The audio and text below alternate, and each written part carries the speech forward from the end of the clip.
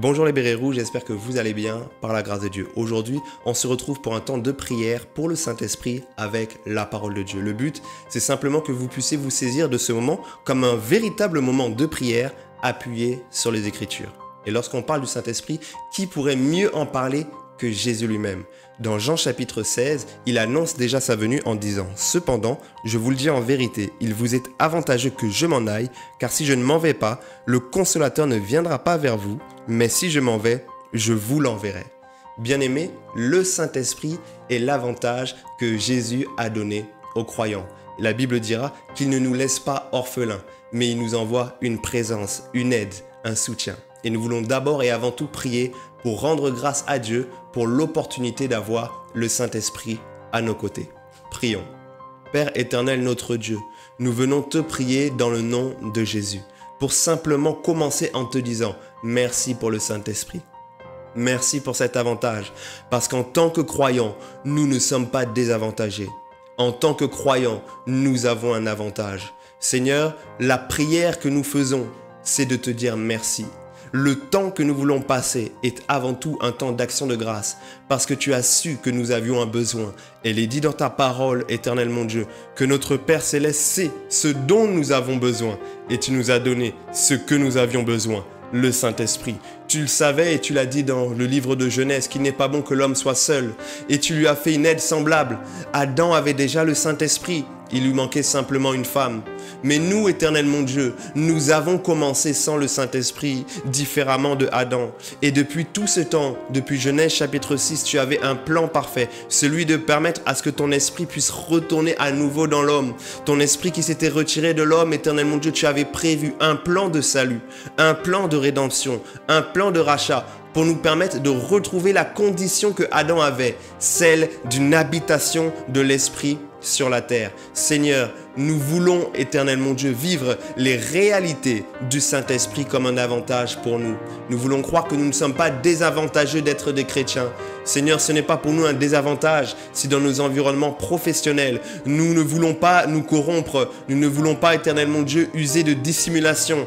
Non, ce n'est pas un désavantage, éternel mon Dieu, si à cause de nos valeurs, nous refusons beaucoup de sollicitations de la vie. Ce n'est pas un désavantage si pendant que d'autres, éternel mon Dieu, mettent plus de temps pour leur famille, mettent plus de temps pour l'entretien de leur corps, mettent plus de temps pour des projets entrepreneuriaux, nous ce temps, nous le passons dans la prière, mais ce n'est pas un désavantage pour nous, parce que nous savons que dans la personne du Saint-Esprit, nous avons un avantage et nous te disons merci pour cette aide magnifique, ce précieux soutien que tu nous fais, cette grâce éternelle mon Dieu, d'avoir la personne de la divinité à nos côtés. Saint-Esprit, nous voulons te dire merci. Selon ta parole, il est écrit « Ne savez-vous pas que vous êtes le temple du Saint-Esprit ?» Et Seigneur, cette réalité, nous voulons nous en souvenir. Nous sommes ton habitation, tu es en nous et tu as accepté d'habiter dans la faiblesse de notre corps. Tu as accepté, éternel mon Dieu, de tourner non seulement ton regard sur nous, mais de nous envoyer le précieux Saint-Esprit comme un consolateur, comme une amitié, comme une présence, comme une grâce, comme une opportunité. Et pour cela, nous voulons te dire merci. Nous voulons te dire merci encore et encore. La Bible dit, bien-aimé, dans Ézéchiel chapitre 36 à partir du verset 26, « Je vous donnerai un cœur nouveau et je mettrai en vous un esprit nouveau. J'ôterai de votre corps le cœur de pierre et je vous donnerai un cœur de chair. Je mettrai mon esprit en vous et je ferai en sorte que vous suiviez mes ordonnances et que vous observiez et pratiquiez mes lois. » C'est vrai, tout à l'heure, on va prier pour les œuvres de puissance, pour les miracles, pour le prophétique. Mais l'une des raisons principales pour laquelle Dieu a permis que nous puissions vivre une relation avec le Saint-Esprit personnelle, pourquoi il habite en nous, c'est d'abord et avant tout pour nous permettre de marcher dans la volonté de Dieu. C'est pour nous changer, pour nous transformer de l'intérieur et nous donner la capacité de pouvoir obéir aux ordonnances de Dieu. Nous voulons prier et dire parce que le Saint-Esprit est en nous, nous voulons marcher conformément à sa volonté et à sa parole. Prions. Éternel notre Dieu, tu as envoyé sur nous le Saint-Esprit pour une raison. Seigneur, et notamment pour que nous puissions maintenant pratiquer tes lois, pratiquer tes ordonnances, suivre ta parole et tes préceptes. Ce n'est pas que nous soyons capables par nous-mêmes, c'est pour ça qu'il nous fallait une aide. Tu as envoyé ton esprit vivre en nous pour que nous puissions faire ce que tu voulais. Alors puisqu'il est là, Alors nous voulons justement nous conformer à ta volonté.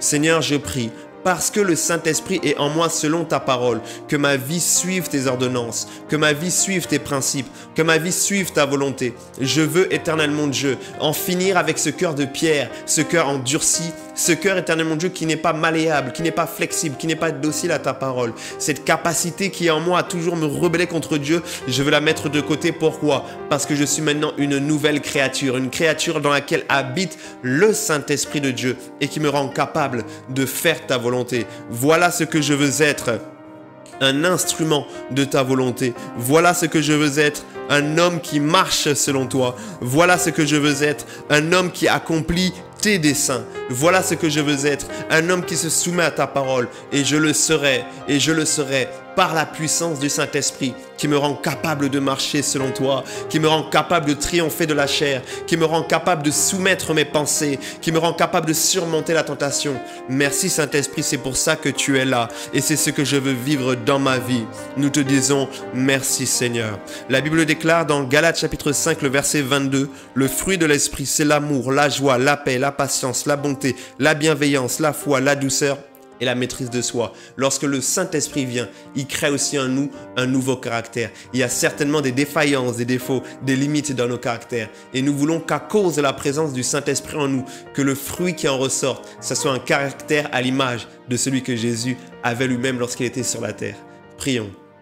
Éternel notre Dieu, nous voulons ton caractère. Nous voulons tes valeurs, nous voulons ton état d'esprit, éternel mon Dieu, selon ta parole qui déclare « Ayez en vous les mêmes sentiments que ceux qui étaient en Jésus-Christ. Ce que je désire, ce sont tes sentiments. » Saint-Esprit, je prie que tu puisses, s'il te plaît, faire jaillir de moi un fruit à ta gloire, un fruit à ton honneur. Aussi vrai que si l'on plante, éternel mon Dieu, oh, la semence d'une pomme, un pommier sortira et des pommes pourront, éternel mon Dieu, être manifestées. Il est vrai, on reconnaît toujours un arbre à son fruit. Ah, on reconnaît aussi un chrétien véritable à ce que le fruit de l'esprit germe de son cœur, germe de son caractère. Je veux et je désire vivre et manifester le fruit de l'esprit. Oh, je veux laisser les désirs de la chair derrière moi, mais je veux plutôt vivre une vie de joie par le Saint-Esprit. Je veux la maîtrise de moi-même par le Saint-Esprit. Je veux être en paix, en dépit de toutes circonstances, par le Saint-Esprit. Je veux, éternel mon Dieu, s'il te plaît. Ah oui, fais-moi cette grâce, vivre une vie de foi et de fidélité par le Saint-Esprit. Oh Seigneur, s'il te plaît, touche, transforme mon caractère, touche et transforme mes valeurs et mes pensées. Il est dit dans ta parole que si nous marchons selon l'Esprit, nous n'accomplirons pas les désirs de la chair. Alors je veux marcher selon le Saint-Esprit, laisser sa vie se manifester en moi. Je veux marcher selon le Saint-Esprit, laisser les pulsions de l'Esprit m'animer. Je veux laisser les passions de l'Esprit m'animer. Je veux laisser, éternel mon Dieu, la spontanéité de l'Esprit m'animer. Si autrefois j'étais conduit par mes propres pulsions et par mes propres idées, je veux maintenant être conduit par le Saint-Esprit. C'est véritablement la prière de mon cœur, c'est mon désir le plus profond. Voyez-vous, lorsqu'on est en train de prier et de parler du Saint-Esprit, en réalité, la Bible dit beaucoup de choses, beaucoup de merveilles que le Saint-Esprit viendra faire en nous. Mais nous ne voyons pas toujours ça se manifester dans nos vies. Jésus nous donne notamment l'une des raisons qui pourrait l'expliquer. Dans Jean chapitre 7, à partir du verset 37, la Bible dit « Le dernier jour, le grand jour de la fête, Jésus se tient debout et s'écrie « Si quelqu'un a soif, qu'il vienne à moi et qu'il boive. Celui qui croit en moi, des fleuves d'eau vie couleront de son sein, comme dit l'Écriture. » La Bible précise, il dit cela de l'Esprit que devaient recevoir ceux qui croiraient en lui. Vous voyez, la vie de l'Esprit, elle est aussi intimement liée à la qualité de notre soif. Plus nous avons soif, plus nous verrons le Saint-Esprit se manifester en nous jusqu'à jaillir comme des fleuves d'eau vive, de plus en plus importants jusqu'à ce qu'on ne puisse pas les traverser même, comme dans Ézéchiel chapitre 47. La prière que nous voulons faire, c'est de demander à Dieu d'augmenter encore notre soif, de ne pas nous laisser sans soif, de ne pas nous laisser sans ardeur, sans zèle, mais qu'il ranive la soif dans nos cœurs. Et cela nous permettra de vivre encore plus avec le Saint-Esprit. Prions. Seigneur, je prie s'il te plaît, que tu ravives en moi la soif, parce que la soif que j'aurai déterminera la qualité et la quantité de ce que je recevrai de toi. Je veux me présenter devant toi avec une grande soif, mais parfois, Seigneur, c'est vrai, je suis comme une bassine trouée. C'est vrai, parfois, éternel mon Dieu, je perds la soif et je laisse, éternel mon Dieu, les situations de la vie percer ma foi, percer mon zèle et me faire, éternel mon Dieu, diminuer dans la qualité de mon ardeur, dans la qualité de ma vie de prière, dans la qualité de ma détermination à vivre la réalité du Saint-Esprit. Alors je prie pour moi et pour chaque personne connectée. Saint-Esprit, s'il te plaît, augmente en nous la soif de toi, la soif de chercher Dieu, la soif de méditer la parole, la soif de prier. Encore et encore. Il est dit, Seigneur mon Dieu, dans ta parole, que l'homme doit toujours prier et ne jamais se relâcher. Apprends-moi à avoir une soif telle que je prierai sans jamais me relâcher. Apprends-moi à être tellement attaché à ta parole, d'être tellement attaché à la piété et à l'accomplissement de ta volonté pour ma vie et sur la terre. Je demande, éternel mon Dieu, ranime en moi la soif, ranime en moi le zèle, ranime en moi le feu, ranime en moi la détermination, ranime en moi l'ardeur, ranime en moi le courage. S'il te plaît, éternel mon Dieu, que je sois un homme qui se distingue, oh non pas, éternel mon Dieu, par la beauté, non pas par l'éloquence, non pas par les diplômes, mais que je sois un homme qui se distingue par la soif que tu auras placée dans mon cœur. Oh Seigneur, je sais que tu réponds, éternel mon Dieu, et que tu sais étancher la soif. Mais suis-je suffisamment vide dans ta présence pour que tu puisses me remplir? Suis-je, éternel mon Dieu, suffisamment désireux? Est-ce que je t'ai vraiment suffisamment demandé pour que tu puisses, éternel mon Dieu, me donner? Est-ce que je t'ai suffisamment cherché pour que je puisse te trouver? Est-ce que j'ai frappé avec suffisamment de vigueur pour que l'on puisse m'ouvrir? Je ne sais pas, mais je prie qu'à compter de ce jour, éternel mon Dieu, je sois un homme de soif. Que je sois un homme de soif. Que je sois un homme de soif. C'est ce que je désire être, éternel mon Dieu, pour toi. Oh Seigneur, je ne veux pas désirer d'abord ce que le monde aura à m'apporter. Je ne veux pas avoir soif, éternel mon Dieu, des considérations humaines. Je ne veux pas avoir soif, éternel mon Dieu, de l'approbation des hommes. Je ne veux pas avoir soif, éternel mon Dieu, oh, de la faveur des personnes qui sont faites de chair et de sang comme moi. Mais ce que je veux, c'est d'avoir d'abord la soif de ta présence. Je veux rester là, éternel mon Dieu, pour que tu puisses à nouveau me donner la soif du premier temps, que tu puisses à nouveau me donner la soif de la nouvelle naissance, la soif du nouveau converti, éternel mon Dieu, et afin que cette soif puisse être étanchée par une nouvelle plénitude, par une nouvelle expérience et par une nouvelle vie. C'est ce que je désire, Seigneur. C'est ce que je désire, Seigneur. C'est ce que je désire, Seigneur. La Bible déclare dans Actes chapitre 4 que les disciples qui avaient déjà été remplis du Saint-Esprit, le jour de la Pentecôte, ils sont retournés dans la présence de Dieu. Ils sont retournés désirer, vivre, expérimenter Dieu, être à nouveau restaurés dans leur zèle et dans leur énergie missionnaire. Et la Bible dit que le lieu où ils étaient trembla et qu'ils furent à nouveau remplis du Saint-Esprit comme ça avait déjà été le cas. Nous voulons prier pour la restauration de la plénitude du Saint-Esprit. Certainement, par le passé, nous avions déjà eu à connaître une intimité, un zèle, une vie de communion avec Dieu. Et bien, si tu en as besoin, c'est le moment de dire à Dieu, restaure en moi cette vie, restaure en moi cette qualité de relation. J'étais peut-être rempli du Saint-Esprit hier, je veux être à nouveau rempli du Saint-Esprit. Père, notre Dieu, je viens te prier pour que moi, ainsi que l'ensemble des auditeurs, nous puissions vivre Actes chapitre 4. Nous avons tous, un jour ou un autre, vécu déjà notre Actes chapitre 1. Nous avons déjà eu une expérience avec toi. Nous avons déjà eu un moment dans lequel nous t'avons expérimenté dans une dimension particulière. Mais ce que nous demandons maintenant, s'il te plaît, mon Dieu, fais-nous grâce, c'est une nouvelle plénitude. Parce que c'est vrai, nous n'avons peut-être pas perdu le Saint-Esprit, mais peut-être que nous l'avons attristé, peut-être que nous l'avons éteint et que nous avons perdu la plénitude. Seigneur, parce qu'il est dit que celui qui a soif vienne et qu'il boive. Seigneur, autrefois, nous avions une soif, nous avons bu, mais cette eau que tu nous as donnée, où est-elle? Nous l'avons perdue. Nous voulons être à nouveau remplis de la présence du Saint-Esprit, remplis de la vie du Saint-Esprit, remplis de son amour, rempli de sa gloire, rempli de son énergie, rempli de toi, rempli de toi, rempli de toi, rempli de toi, Saint-Esprit. C'est ce que nous voulons être, rempli de toi, Saint-Esprit. C'est ce que nous voulons être, parce que les défis sont grands, parce que la mission continue, parce que, éternel mon Dieu, nous ne pouvons pas continuer avec, éternel mon Dieu, cette qualité que nous avons perdue, ce discernement que nous avons perdu, cette vie que nous avons perdue. Nous ne pouvons pas vivre, éternel mon Dieu, avec moins que ce que tu nous avais donné. Il faut que nous puissions le retrouver pour pouvoir continuer notre chemin. Et c'est là, Seigneur, la prière que nous sommes en train de te faire de tout cœur. Et c'est là la prière que nous sommes en train de faire de tout cœur. C'est là la prière que nous sommes en train de faire de tout cœur. Merci notre Dieu.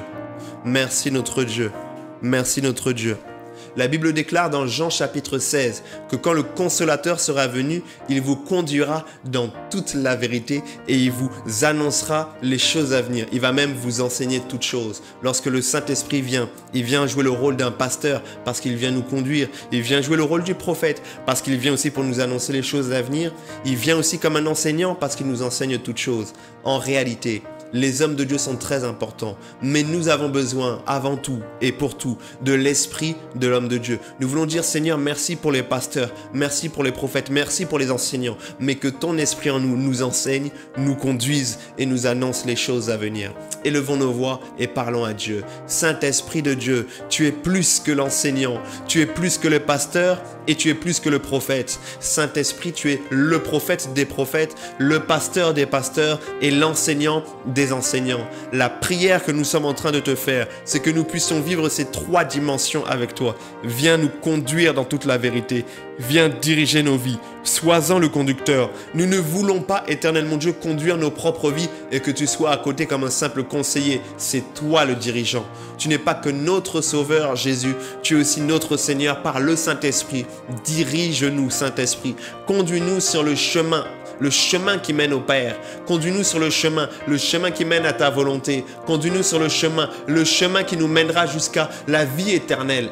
Éternel notre Dieu, s'il te plaît, ne nous laisse pas nous perdre, ne nous laisse pas prendre des mauvaises directions, ne nous laisse pas, éternel mon Dieu, prendre des mauvais chemins qui ne nous mèneront qu'à la perte. S'il te plaît, Saint-Esprit, conduis-nous notamment en nous révélant les choses à venir, en nous permettant de comprendre ce que sera demain. Seigneur, nous ne voulons pas dire uniquement qu'à chaque jour suffit sa peine, nous ne voulons pas simplement nous appuyer, éternel mon Dieu, sur les prédictions humaines, sur les prédictions météorologiques, sur les prédictions, éternel mon Dieu, politiques, sur les prédictions économiques et financières. Nous ne voulons pas laisser nos vies au hasard, éternel mon Dieu. Nous ne voulons pas laisser nos vies à la loterie, éternel mon Dieu, du lendemain. Nous voulons savoir où nous allons parce que nous t'aurons entendu nous parler. Viens nous parler, aiguise nos esprits. Viens nous parler, rends-nous, éternel mon Dieu, suffisamment profond pour être capable d'entendre ce que tu as à dire.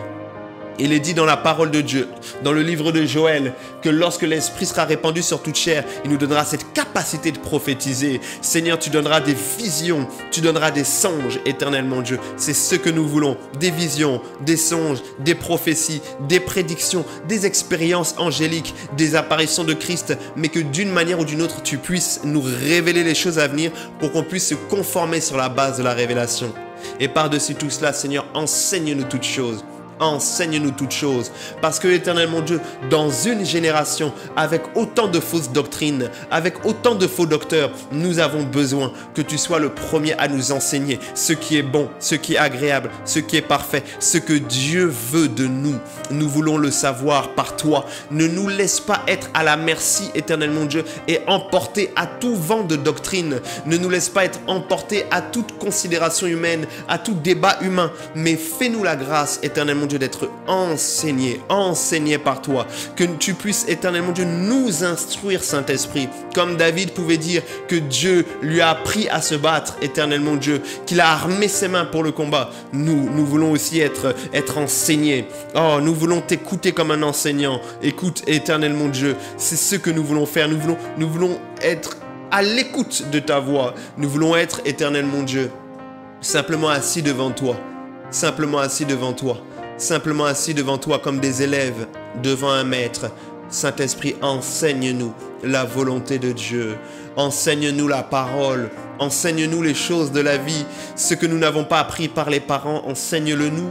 Ce que nous n'avons pas appris dans la communion fraternelle, enseigne-le nous. Ce que nous n'avons pas appris auprès des leaders spirituels, enseigne-le nous, afin que nous puissions être des hommes et des femmes équilibrés et stables. C'est ce dont nous avons besoin et c'est ce qu'il nous faut, notre Dieu. Merci Seigneur. Merci Seigneur. Merci notre Dieu. Alléluia. Lorsque le Saint-Esprit vient dans nos vies, il faut le dire, ce n'est pas que dans un intérêt personnel. En réalité, le Saint-Esprit ne vient pas que pour nous. Il vient en nous, mais il vient aussi sur nous pour nous rendre capables de pouvoir accomplir la mission. Jésus, il a parlé de cela. Il a dit que Jean a baptisé d'eau, mais vous, dans peu de jours, vous serez baptisés du Saint-Esprit. Et il continuera dans Actes chapitre 1, le verset 8, en disant « Vous recevrez une puissance, le Saint-Esprit survenant sur vous, et vous serez mes témoins à Jérusalem, dans toute la Judée, dans la Samarie et jusqu'aux extrémités de la terre. » Bien-aimés, nous voulons prier que Dieu fasse de nous des témoins par le Saint-Esprit, équipés de puissance pour que nous puissions aller témoigner partout autour de nous. Éternel notre Dieu, tu as envoyé ton serviteur Jésus libérer cette parole importante, ce message important pour nous permettre de comprendre que nous ne pouvons pas en réalité espérer changer le monde sans puissance, espérer changer le monde sans capacité, espérer changer le monde sans force. Nous avons besoin d'une force, d'une puissance, d'une exousia qui nous viendra du Saint-Esprit. Saint-Esprit, soit notre dynamite, soit notre force, soit notre énergie, soit notre équipement spirituel. En réalité, nous ne voulons pas être des chrétiens égocentriques. Nous ne voulons pas être des chrétiens autocentrés. Nous ne voulons pas être des chrétiens qui ne regardent qu'à leur ventre. Nous voulons aussi regarder aux besoins des âmes, aux besoins de la mission. Car il est dit dans ta parole que la moisson est grande, mais qu'il y a peu d'ouvriers. Nous voulons faire partie des ouvriers qui travaillent pour le salut de leur famille, le salut de leur bâtiment, le salut de leur ville, le salut de leur classe, le salut de leur environnement professionnel, le salut de leur église, le salut de leur pays, de leur continent, du monde tout entier. Mais pour cela, en réalité, nos bonnes intentions ne suffiront pas. Nos propres volontés, nos propres compétences ne suffiront pas. Nous avons besoin de ta puissance. Nous avons besoin de ta capacité. Nous avons besoin, Saint-Esprit, que tu viennes nous rendre capables d'être des témoins authentiques. Comment pourrons-nous témoigner de choses que nous n'aurons pas vues ? Comment pourrions-nous témoigner de choses que nous n'aurions pas expérimentées? Comment pourrions-nous témoigner de choses que nous n'avons pas touchées, palpées? Saint-Esprit de Dieu, oh, ce n'est pas une expérience sensorielle que nous cherchons d'abord, mais ce que nous cherchons véritablement, c'est une capacité spirituelle nous permettant de porter du résultat autour de nous. La Bible déclare, oh Seigneur, la Bible déclare que le Saint-Esprit faisait des miracles extraordinaires par les mains des apôtres. Je prie que tu fasses des miracles extraordinaires par mes mains. Guéris les malades. Par mes mains, éternel mon Dieu. Oh, s'il te plaît. Oh, par mes mains, s'il te plaît. Guéris les malades. Seigneur, que par la mention de ton nom, je puisse chasser les démons afin de permettre à ce qu'un grand nombre soit délivré des chaînes des ténèbres. S'il te plaît, que ma bouche soit un instrument entre tes mains. Oh mon Dieu, que ma bouche soit un instrument entre tes mains afin de proclamer les beautés de l'évangile, afin que ma bouche puisse proclamer, éternel mon Dieu, la beauté de ton message, la beauté de ta bonne nouvelle, celle qui dit, éternel mon Dieu, qu'il est possible de pouvoir s'échapper de la génération perdue dans laquelle nous sommes et de pouvoir entrer dans une relation avec le Père. C'est à ça que je veux servir. Oh, donne-moi, éternel mon Dieu, que la vie de l'esprit, que la relation avec toi ne soit pas que dans mon intérêt personnel, mais ça soit aussi pour la mission. C'est ce que je désire de tout mon cœur. Oui, Seigneur, de véritables missionnaires, c'est ce que nous voulons être, équipés du Saint-Esprit et de sa puissance. Être une église qui annonce ton retour. Et Seigneur, nous voulons, comme ta parole le déclare dans Apocalypse chapitre 22, Seigneur, il est dit, et l'Esprit et l'épouse disent viens. Saint-Esprit, tu nous ramènes à la conscience du retour de Christ. Tu nous pousses à désirer son retour, à l'attendre, à ne pas tomber dans le piège de l'ensoupissement, à ne pas tomber dans le piège, éternel mon Dieu, du sommeil spirituel, mais à rester constamment dans une attente, l'attente du précieux retour de Jésus. Celui qui a dit, je vous enverrai le Saint-Esprit comme un consolateur, c'est celui aussi qui a dit, je reviendrai vous chercher. Et lorsque tu envoies en nous l'Esprit, Jésus, c'est aussi comme un souvenir de ton retour, parce qu'il est dit que tu as envoyé le Saint-Esprit dans nos vies comme des arts, éternel mon Dieu, comme un gage, oh, de notre rachat éternel pour toujours. L'Esprit et l'épouse disent viens. C'est ce que nous voulons dire en clôturant ce temps de prière. Nous voulons que cette communion avec le Saint-Esprit nous pousse à nous préparer à ton retour. Nous voulons que la communion avec le Saint-Esprit nous pousse à être trouvés prêts le jour où tu reviendras à nous chercher. Nous ne voudrons pas être surpris, même si ce jour viendra comme un voleur, parce que nous voulons que par la conscience du Saint-Esprit, nous restions toujours dans l'attente l'attente de la rédemption éternelle, dans l'attente du retour de Christ, dans l'attente de la bienheureuse espérance du chrétien, à savoir l'enlèvement, la fin des souffrances, l'accomplissement des promesses. C'est ce que nous voulons. Saint-Esprit, Saint-Esprit, prépare-nous. Prépare-nous à ton retour. Prépare-nous au retour de Christ. Saint-Esprit, prépare-nous au retour de Christ. Au nom de Jésus. Au nom de Jésus. Au nom de Jésus. Amen.